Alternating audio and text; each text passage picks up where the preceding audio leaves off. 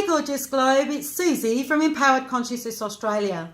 Today I'd like to have a chat about forgiveness and what that truly means. How many times have we forgiven others, asked for forgiveness ourselves, or at least hoped that someone forgives us for something we had done that was not coming from a pure place? The human condition means we are clumsy with the feelings of others, and either knowingly or unknowingly, we hurt people around us. In my way of thinking, there are three types of forgiveness. There is true altruistic forgiveness, self-forgiveness, and forgiving in name only.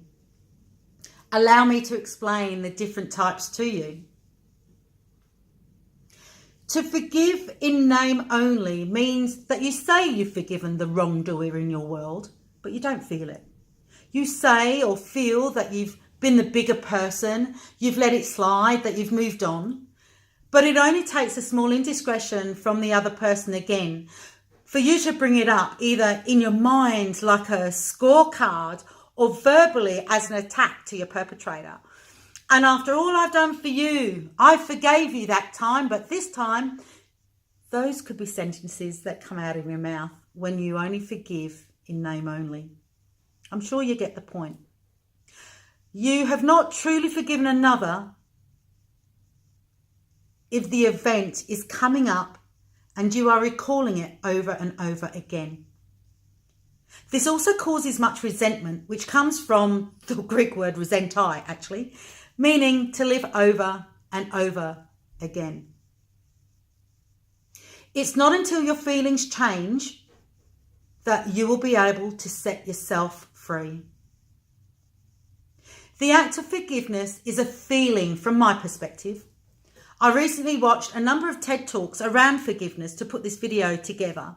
I'll put the links to them below in my YouTube channel. But each and every one in their own way shared that it wasn't until they truly forgave that they were able to move on to live happier and healthier lifestyles. This doesn't mean to forgive and forget, because I'll never forget those who've abused me in the past.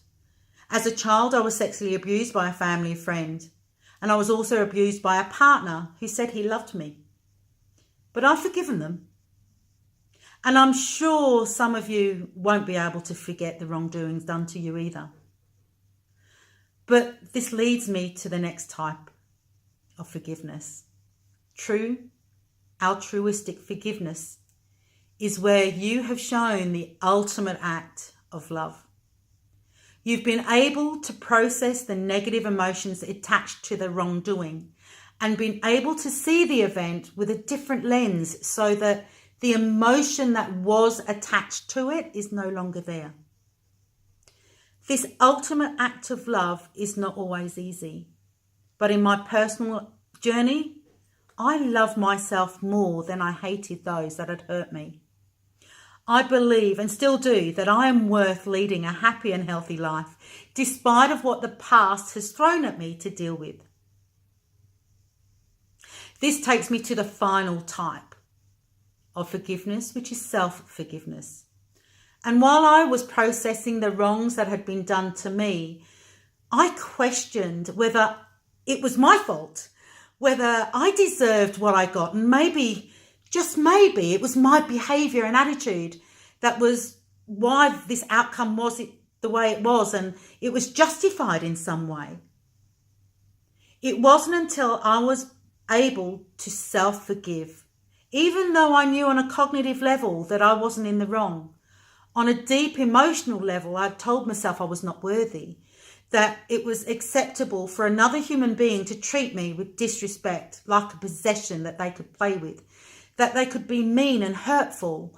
Once the self-forgiveness moved from a cognitive, logical level to a more deep-seated emotional level, I felt it was when I was able to set myself free from the shackles I had placed myself in. So to close, the ultimate act of love is forgiveness. It sets you free and allows you to live a happier and healthy life. Give yourself the gift of forgiveness. Guys, it's Susie from Empowered Consciousness signing off. And don't forget, be the best version of you can be. Bye for now.